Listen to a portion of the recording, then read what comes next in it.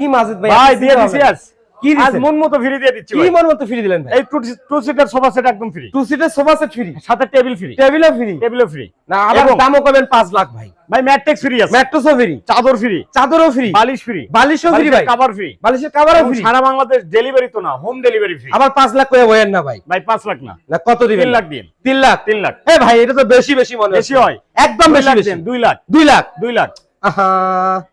না ভাই তাও বেশি বেশি মনে তাও হয় হয় না। তাও বেশি বেশি লাগে ভাই ভাই 1.5 লক্ষ 1.5 লাখ 1.5 লক্ষ 1.5 লাখ টাকা